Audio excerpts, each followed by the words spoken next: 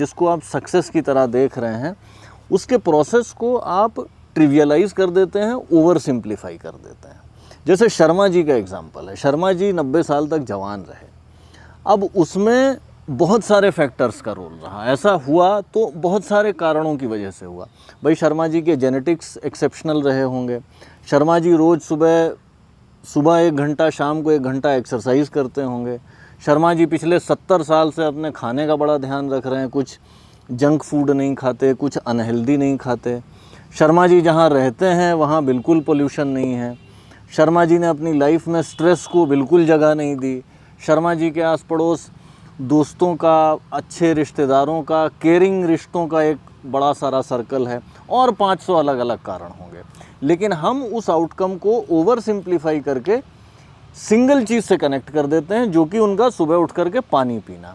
अब ऐसा भी हो सकता है कि उस सिंगल फैक्टर का कोई योगदान ना रहता हो आउटकम में। शर्मा जी के 90 साल तक जवान रहने में हो सकता है ठंडा पानी पीने का 0% योगदान हो, या कई केसेस में तो ऐसा भी हो सकता है कि इस फैक्टर का नेगेटिव योगदान हो।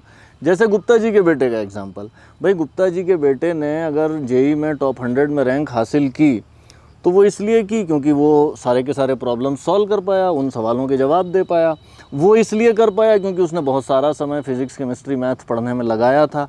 वो इसलिए कर पाया क्योंकि उसको इंटरेस्ट था, या उसको सही समय पर सपोर्ट और एनकरेजमेंट मिल रहा था, टीचर्स मिल रहे थे, किताबें मिल रही थी, बहुत सारी चीज़ें। Over a period of several years उन सारे फैक्टर्स ने काम किया।